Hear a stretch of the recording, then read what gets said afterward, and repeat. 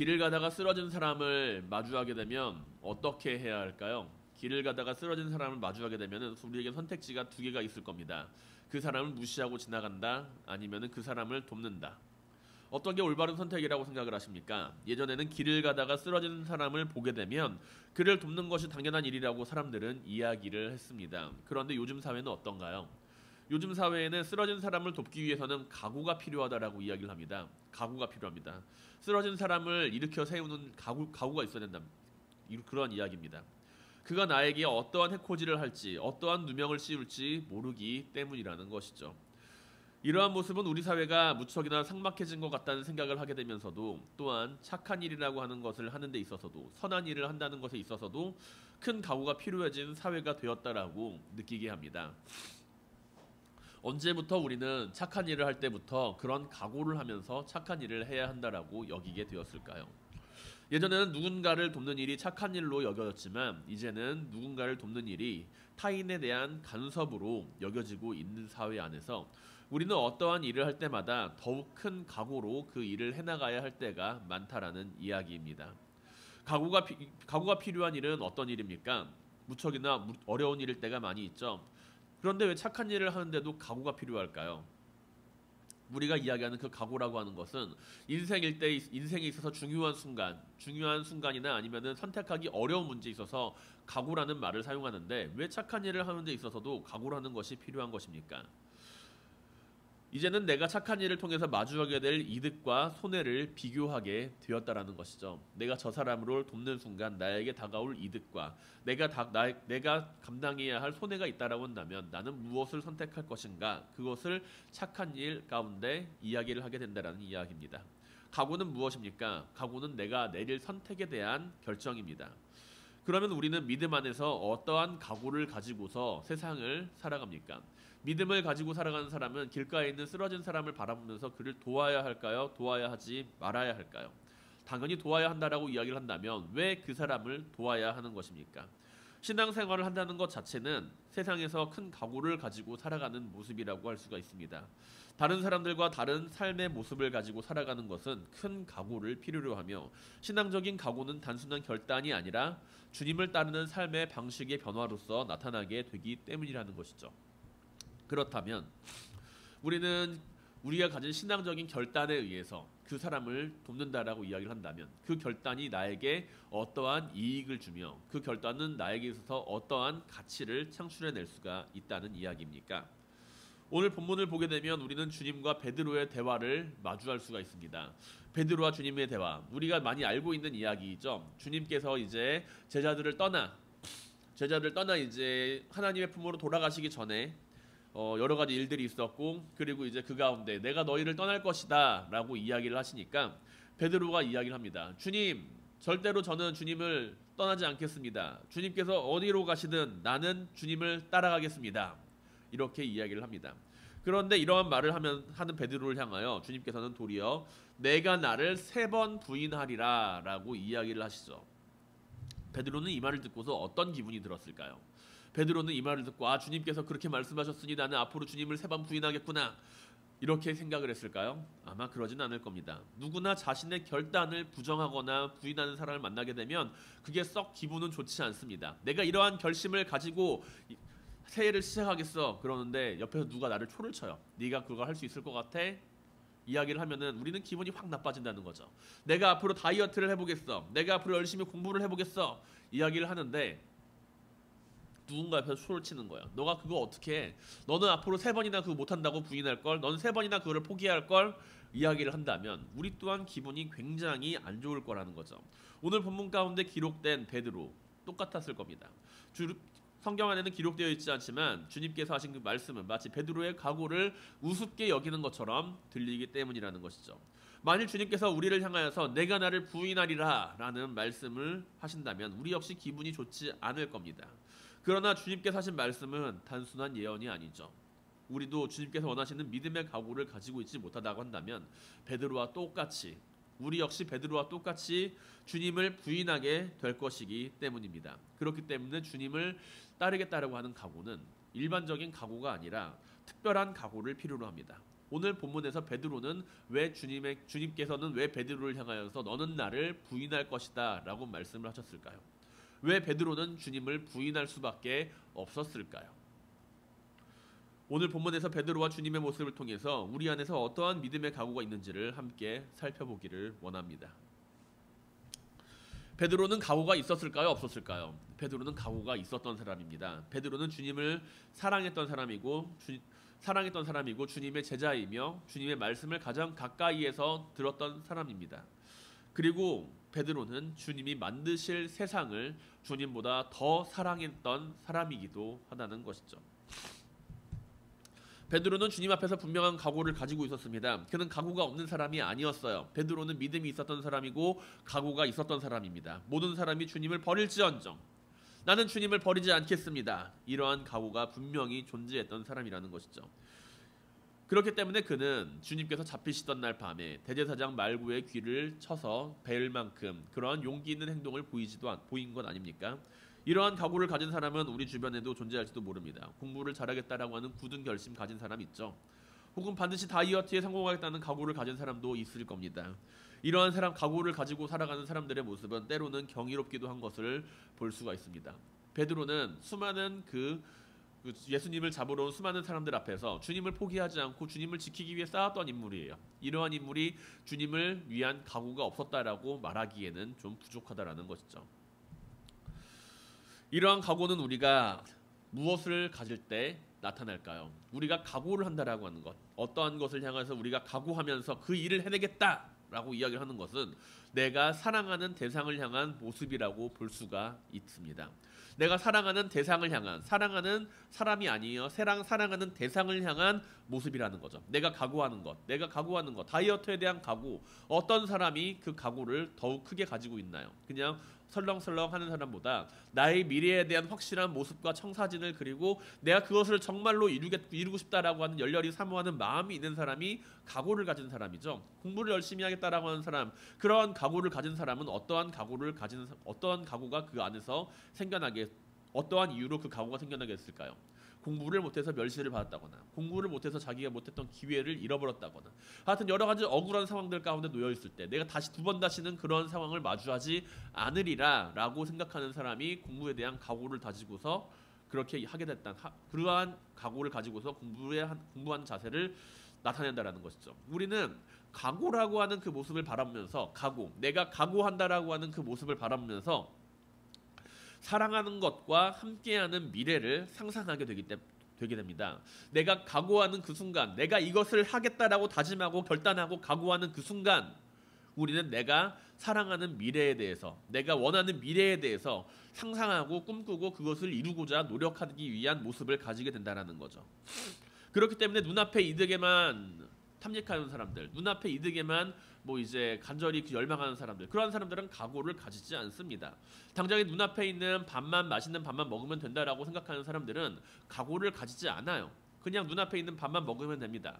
그런데 눈앞에 있는 밥을 두고서도 내가 정말로 미래의 날씬한 몸을 가지고 다이어트를 하겠다라고 하는 그러한 미래에 대한 청사진을 가지고 있는 사람은 각오를 하게 된다는 것이죠. 그리고 베드로는 주님과 함께하는 미래를 바라보았습니다. 그래서 각오를 한 거예요. 베드로는 주님과 함께하는 미래를 바라보았고 그래서 각오를 다집니다. 자신은 결코 주님을 떠나지 않겠다고 선언합니다. 베드로가 바라본 그 미래에서 주님께서는 엄청난 일을 하실 거라고 베드로는 생각했다는 그런 이야기죠. 베드로는 분명 주님을 믿으며 주님을 사랑했던 제자입니다. 그렇기 때문에 베드로는 주님을 버리지 않겠다라고 각오합니다. 그러나 그는 주님께서 보여주시는 그 사랑을 마주하면서 각오하는 것이 아니라 주님께서 만드실 세상에 대하여 그것을 내가 함께 이루고자 하는 각오를 가지고 있었다는 것이죠. 주님께서 만드실 하나님의 나라에 대한 기대감과 그것을 따르는 사람들의 모습, 상상만 해도 가슴이 뛰지 않습니까? 그러한 모습은 유대인들 사이에서도 존재하는 이미지였습니다. 유대인들도 이 땅 위에 하나님의 아들로서 하나님께서 보내실 그 메시아로서 오실 그 메시아에 대한 이미지를 가지고 있었어요. 이들은 이제 그 사람이 우리 가운데 왔을 때 이 로마라고 하는 집에서 우리를 구원해 줄 거야. 구원해줄 메시아로서 오게 될 거야. 라고 하는 그러한 강력한 이미지를 가지고 있었다라는 것이죠. 왕으로 오신 주님께서 로마의 병사를 물리치고 하나님의 나라를 만드실 것이라는 기대감. 한두 사람만 가지고 있었던 것이 아니라 많은 사람들이 가지고 있었던 기대감이었을 겁니다. 병든 사람 고쳐주시죠. 하나님 나라에 대해서 선포하시죠. 그리고 또 이제 놀라운 말씀들로 사람들을 가르치시죠. 그리고 바리새인들과 사두개인들과의 논쟁에서 한 번도 진 적이 없이 그들을 논파시키는 그러한 모습. 사람들이 기대감을 갖기에 충분했을 것이라는 이야기이죠.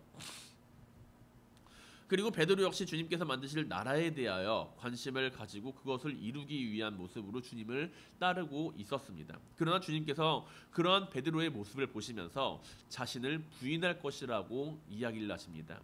성경 안에서 3이라고 하는 숫자는 완전수를 의미해요. 3, 숫자 3. 숫자 3은 완전수를 의미하는데 단순한 숫자를 넘어서 완전함, 신성함, 하나님의 계획과 같은 숫자가 3이라고 하는 그 숫자에 포함되어 있는 의미라는 것이죠. 그리고 오늘 본문 가운데 주님께서는 베드로에게 내가 나를 3번 부인하리라 라고 하는 그러한 말은 그가 원하는 것을 주님께서 이루지 못할 때 그는 주님을 떠나게 될 거다. 그것도 그냥 떠나는 것이 아니라 완벽하게 떠나게 될 거다라는 의미를 담고 있다라는 이야기입니다. 베드로야 베드로야 내가 나를 부인할 것인데 3번 부인할 거야. 이 말은 내가 나를 부인할 건데 진짜로 너는 나를 떠나는 마음으로서 완벽하게 나를 모른다고 부인할 거야. 이런 이야기를 하는 것이죠.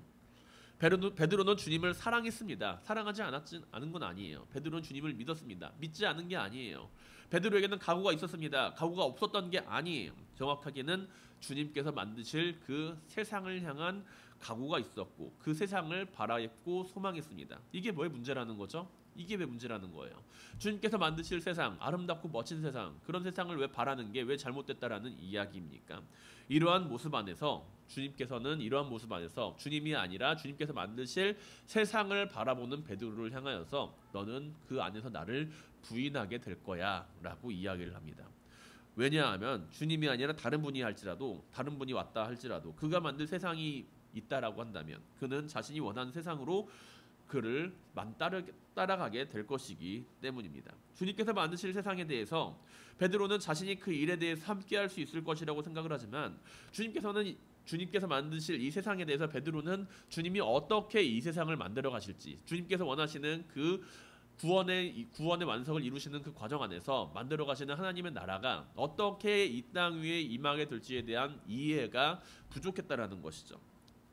함께할 수 있을 거야. 나는 주님께서 만드실 나라를 나는 믿어. 함께할 수 있어. 나는 그 나라를 위해서 내 모든 것을 바칠 거야 라고 이야기를 했지만 정작 주님께서 그것을 어떻게 만들어가는지에 대해서는 크게 알지 못했던 모습이 바로 베드로의 모습이라는 이야기입니다. 베드로는 주님을 믿었습니다. 주님께서 만드실 세상을 지키고자 했습니다. 그렇기에 칼을 뽑아서 주님을 죽이고자 하는 이들을 자신도 죽이고자 했습니다. 그러나 이것은 주님께서 만드실 세상을 지키는 모습이 아니었다라는 것이죠. 주님께서 만들어 가실 하나님의 나라를 이루어가는 모습이 아니었다라는 이야기입니다. 베드로는 주님을 믿었지만 주님께서 만드실 세상, 주님께서 훌륭한 분으로 오셨고 주님께서 멋진 세상을 만드실 것이라고 믿었지만 그러한 주님께서 십자가에 달려서 죽으실 때 그 곁에는 있지 않았습니다. 왜일까요? 더 이상 주님을 통하여서 어떠한 희망도 찾을 수가 없었고 자신은 이미 주님을 부인한 존재로서 주님과 함께할 수 없다라고 생각했기 때문입니다. 베드로는 각오를 가지고 있었어요. 자신의 칼을 뽑아서 내가 죽더라도 주님만은 살리겠다라고 하는 각오를 가지고 있었던 게 바로 베드로입니다. 그러나 그 각오의 방향, 믿음의 모습이 주님께서 원하시는 모습은 아니었다라는 거죠. 이러한 믿음의 모습은 중세시대 십자군 전쟁을 통해서도 나타나는 것을 볼 수가 있습니다. 베드로는 믿음 안에서 칼을 뽑았습니다. 믿음 안에서 주님을 지키기 위해서 칼을 뽑았습니다. 그리고 주님을 잡으러 온 사람들과 싸우려고 했습니다. 그리고 십자군 전쟁 역시 믿음이라는 명분을 가지고서 하나님 나라를 만들고 성지를 탈환해야 한다는 목적 아래 수많은 전쟁을 치르고 여러 사람의 피를 흘리게 했던 모습을 우리는 역사 속에서 볼 수가 있죠. 그러나 하나님의 나라를 이루고 지키겠다라고 하는 이들의 믿음은 역사 속에서 중세시대의 잘못된 믿음의 모습으로 기록되게 됩니다. 주님께서는 어떠신가요? 이러한 모습을 바라보시면서 주님께서는 어떠한 생각을 하셨을까요? 주님께서는 베드로에게 말씀하셨죠. 칼로 일어난 사람은 칼로 망하느니라 라고요. 주님께서 만드시는 그 하나님의 나라 가운데, 주님께서 선포하시고 주님께서 세워나가시는 그 하나님의 나라 가운데 세워지는 그 하나님의 나라는 칼이 아니라, 폭력이 아니라 사랑으로서 하나님의 나라를 세워나가게 되기 때문입니다. 주님께서는 베드로를 향하여 그가 자신을 부인할 것을 이야기를 합니다. 완벽하게 부인할 것을 이야기를 합니다. 그가 가진 믿음이나 결단이 부족해서가 아니에요. 믿음이나 결단은 베드로에게 있었습니다. 그러나 그것의 방향이 잘못되었을 때 그는 주님을 부인하는 사람이 될 거야 라고 베드로에게 이야기를 하고 계시다는 것이죠. 예수 그리스도가 만들고자 하는 그 세상을 내가 지키기 위해서는 누군가의 피를 흘리는 것이 당연하다 라고 이야기를 한다면, 내가 그렇게 해야겠다라고 한다면 베드로의 결단은 주님께서 이루시는 세상에서 불필요한 모습으로 여겨질 수도 있다라는 이야기입니다. 베드로는 주님께서 만드실 세상을 기대했기 때문에 주님을 따랐습니다. 주님을 지키려 하였습니다. 그러나 주님께서 십자가에서 달려 죽으실 때, 대제사장의 집에서 신문을 받으실 때 그곳에는 주님을 부인하는 베드로가 있었다는 것이죠. 더 이상 주님께서 만드실 세상에 대한 기대를 가지지 못했던 베드로는 주님을 부인할 수밖에 없었다라는 이야기입니다. 베드로는 칼을 뽑아서 주님을 지키려 했지만 그가 지키려 했던 건 주님이 아니라 주님께서 만드실 세상이었고, 그리고 그것이 무너지게 되는 순간 주님은 대제사장의 집에서 한 여종의 질책 앞에서 무릎을 꿇는 모습을 보이게 되었다라는 것이죠. 사랑하는 성도 여러분, 우리가 가지는 믿음이 타인의 피를 흘리며 이루는 믿음과 평화가 아니라 주님의 사랑의 방식으로 이루어가는 믿음이 될 수 있기를 바랍니다. 우리에게 부족한 것은 믿음이나 결단의 모습보다 더욱 중요한 사랑의 모습이 부족하지는 않은지 다시 한번 돌아보아야 한다는 것이죠. 이 세상 속에서 주님의 사랑이 함께할 때 누군가를 돕기 위해서 결단하는 것이 아니라 우리는 그들을 사랑하기 위해 움직여야만 한다는 겁니다. 내가 길가에 쓰러져 있는 사람을 일으켜 세우는 것은 결단이 아니라 사랑을 필요로 하는 일이라는 것이죠. 내가 저 사람을 돕기 위해서 손을 내밀었을 때 내가 저 사람을 돕는 일로 말미암아 나에게 치루어질 이득과 불이익을 계산하는 가운데 나에게 이득이 되기 때문에 그를 돕는 것이 아니라, 내가 그를 사랑하는 마음이 있다라고 한다면, 그를 긍휼히 여기는 마음이 있다라고 한다면 우리는 그들에게 손을 내밀게 될 겁니다. 어느 순간 이 세상에서는 사랑이 많이 식어가고 있어요. 사랑이 식어가고 있고 사랑을 잃어버리고 있습니다. 많은 사람들은 능력에 따라서 이야기를 하고 능력에 따라서 상대방을 평가합니다. 그 가운데에서 그들이 사랑하는 것은 능력을 사랑하는 것이지 길가에 쓰러져 있는 사람을 사랑하는 모습은 아니라는 것이죠. 그러나 우리는 주님을 믿으며 주님의 사랑을 따라가야 합니다. 이 길은 넓은 길이 아니라 분명히 좁은 길이겠죠.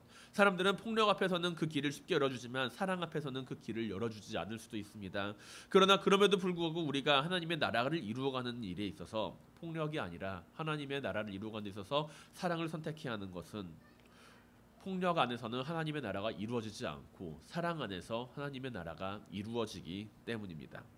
하나님의 나라를 이루어가는 데 있어서 내가 원하고 바라는 세상이 아닌 주님께서 이루실 세상을 위해 우리는 늘 기도하고 믿음 안에서 사랑하며 살아가야만 합니다. 언제나 우리가 주님을 믿으며 그 사랑 안에서 하나님의 나라를 이루어가게 되기를 주님의 이름으로 간절히 축원드립니다. 그렇다면 베드로는 어떻게 됐을까요? 베드로는 주님의 사랑으로 다시금 결단하게 됩니다. 우리는 이 세상을 살면서 하나님의 나라를 이루어가기를 소망합니다. 내가 하나님을 잘 믿고 있고 하나님을 열심히 사랑하고 내가 이웃도 사랑하고 있고 그리고 하나님의 나라에 대한 소망도 가지고 있으며 우리는 주님을 찾으며 기도합니다. 하나님의 나라가 하루속히 이 땅에 임하게 해주시옵소서. 우리가 많은 사람들을 사랑하면서 살아가게 해주시옵소서. 우리가 많은 사람들에게 하나님의 나라를 전하고 그들도 함께 하나님을 사랑하며 살아가게 해주시옵소서. 그렇게 기도하지 않나요? 언제까지 그렇게 기도하시겠습니까? 하나님의 나라가 쉽게 만들어집니까? 아니라는 거예요. 우리는 늘 기도하는 가운데 불의를 마주합니다. 부정의를 마주합니다. 하나님의 나라가 쉽게 만들어지지 않는 것처럼 보이며 우리가 마주하는 세상이 쉽게 변하지 않는 것처럼만 보입니다. 이러한 세상 속에서 우리는 언제까지 주님의 사랑을 외치고 살아가야만 합니까? 누군가가 나를 때리는데 내가 그를 사랑한다라고 언제까지 이야기를 해야 한단 말입니까? 누군가가 나를 살지 못하게 괴롭히는데 언제까지 내가 주님의 사랑을 외치면서 참고 인내하고 그들을 사랑한다라고 이야기를 해야만 한다는 것입니까? 우리는 주님께서 베드로를 향하여서 3번 부인할 것을 말씀하시며 그가 완전히 자신을 모른다라고 말씀하는 그러한 모른다라고 이야기할 거라고 하는 주님의 말씀을 기억합니다. 이것은 예언이 아니라 앞으로 베드로가 마주하게 될 상황과도 같았죠. 주님께서 십자가에 달리시는 그 길 위에서 베드로는 주님께서 이루실 세상에 대한 소망을 더 이상 품지 못하게 되었을 때 주님을 떠나게 됩니다. 주님을 떠나서 이제 더 이상 주님 곁에 서줄 용기를 잃어버리게 돼요. 그러나 이러한 제자들을 향하여서 수많은 제자들이 주님을 떠나서 주님의 십자가 앞에서 주님을 떠나서 살아가게 되죠. 그런데 이러한 제자들을 향하여서 주님께서는 다시금 이들을 초대하십니다. 다시금 초대하세요. 주님께서 만드시는 하나님의 나라가 이루어가는 방식이 용서와 사랑이기 때문입니다. 주님께서 이루시는 그 방식은 너가 잘못했지, 너가 나를 배신했지, 그러니까 너는 응당한 대가를 치르고서 나를 다시금 믿고 따라와라가 아니라 내가 나를 사랑하느냐라고 묻는 그 질문에 대한 대답에 있다라는 것이죠. 주님께서 만드시는 하나님의 나라가 이루어가는 방식이 사랑과 용서라고 하는 것 우리는 알고 있습니다. 주님께서는 베드로를 향하여 다시금 이야기하십니다. 내가 나를 사랑하느냐? 내가 나를 사랑하느냐? 내가 나를 사랑하느냐? 그렇게 물어보신다는 것이죠. 이 질문에 대해서 베드로는 대답을 할 수가 없었어요. 그러나 주님께서 자신을 용서하고 계신다는 사실을 다시금 느낄 수는 있었습니다. 주님께서 아십니다. 주님께서 아십니다. 주님께서 아십니다. 그 말들에 대하여 주님께서는 베드로를 향하여서 다시금 말씀을 하십니다. 가서 내 양을 먹이라고요. 내가 받은 그 사랑의 용서를 다시금 나타내 보이라고요. 주님께서 만드시는 하나님의 나라가 이루어가는 방식이 사랑이라고 하는 것 우리는 알고 있습니다. 주님께서는 우리를 향하여서 물으시죠. 주님을 완전히 부인하고 배신하고 주님을 모른다라고 이야기했던 베드로가 주님 앞에서 다시금 그 사랑 앞에서 무릎 꿇었던 것처럼 주님께서는 다시금 우리를 향해 물어보십니다. 내가 나를 사랑하느냐? 내가 나를 사랑하느냐? 내가 나를 사랑하느냐? 우리는 주님을 믿으며 주님의 사랑을 따라 우리도 함께 사랑해야만 한다는 것이죠. 그것이 바로 주님께서 이루시는 하나님 나라의 모습이고 하나님 나라의 완성이니까요. 주님께서 우리에게 보여주신 모습이며 하나님의 나라를 이루어가는 방식을 우리는 알고 있습니다. 우리는 주님의 방식으로 이 땅 위에 하나님의 나라를 이루어가기 위해서 결단해야 합니다. 그것에 필요한 결단이 우리 가운데 필요하다는 것이죠. 그것은 한순간에 이루어지는 일이 아닙니다. 내가 주님을 믿으며 살아가겠습니다. 이렇게 이야기를 할 때 이 땅 위에 하나님의 나라가 갑작스럽게 나타나거나 갑작스럽게 탄생하거나 갑작스럽게 하나님의 나라가 이 땅 위에 세워지는 것이 아니라는 이야기이죠. 하나님의 나라를 이루어가는 일에 있어서 사랑이 필요한 방법이라고 한다면 결단이라고 하는 것은 그 사랑을 유지하기 위한 우리의 다짐입니다. 그렇기 때문에 우리 가운데 믿음이 필요한 거고요. 주님을 향한 그 믿음에 대한 결단, 그 믿음에 대한 결단이 사랑을 잃지 않게 할 것입니다.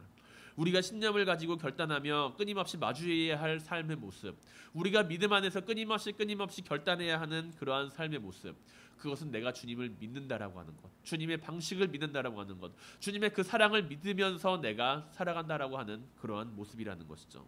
우리는 주님께서 보여주신 모습을 알고 있습니다. 알고 있어요. 주님께서 어떻게 살아가라고 하는지 우리에게 하신 그 말씀을 알고 있습니다. 우리가 주님께서 하신 그 말씀을 알고 많은 사람들 앞에서 한번 선포했을 때 그들이 그 이야기를 듣는다라고 한다면 얼마나 좋을까요? 우리가 사랑하면서 살아가자라고 이야기를 할 때 그들이 알겠습니다. 우리 함께 사랑하며 살아갑시다 라고 이야기를 하면 얼마나 좋을까요? 하지만 그렇지가 않죠. 그렇기 때문에 우리 안에 결단이 필요한 겁니다. 비록 지금은 아닐지라도 내가 주님을 믿으며 주님께서 사랑으로 보여주신 그 방식을 내가 믿고 따라가겠다라고 하는 그러한 결단이 필요하다라는 것이죠. 왜냐하면 우리는 끊임없이 주님을 모른다 부인하였음에도 불구하고 주님께서는 하나님의 나라를 세워가시는 가운데 끊임없이 우리를 용서하고 사랑하고 계시니까요. 베드로를 향하여서 주님께서는 그를 끊임없이 사랑하십니다. 그 사랑은 베드로를 하여금 다시금 하나님의 나라를 이루어갈 결단을 하게 만든다라는 것이죠.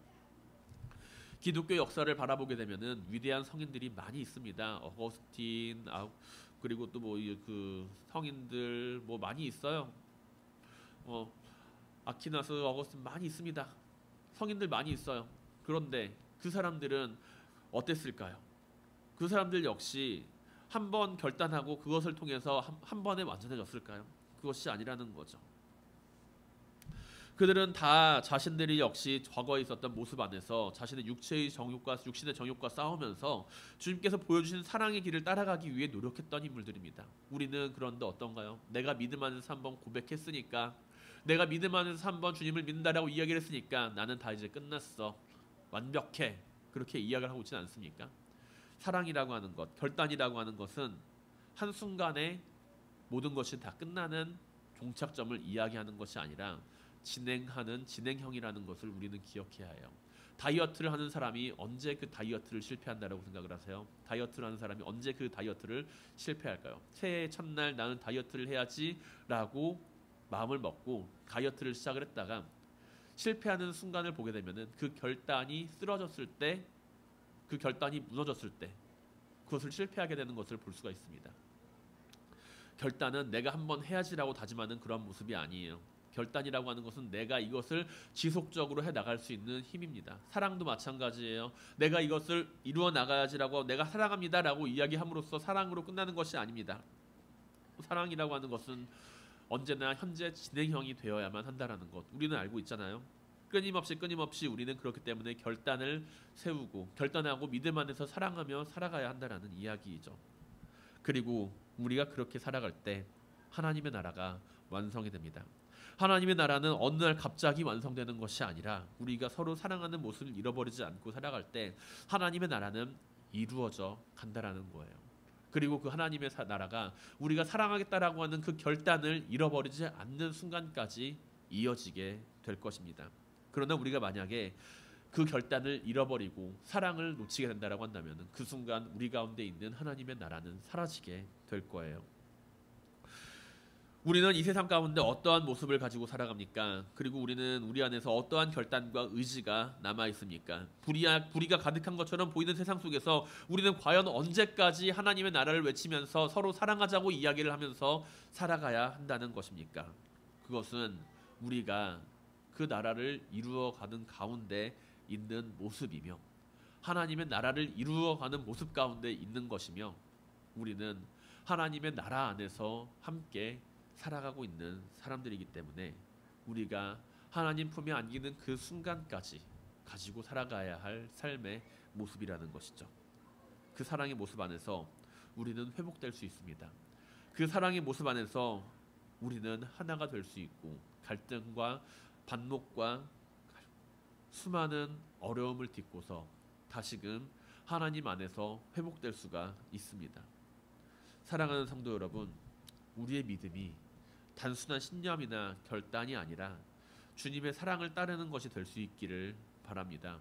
우리의 믿음이 내가 지금 믿습니다 라고 고백하는 그 순간 끝나는 믿음이 아니라 그 순간의 결단이 아니라 계속해서 나의 안에서 존재하는 믿음의 결단이 될 수 있기를 바랍니다.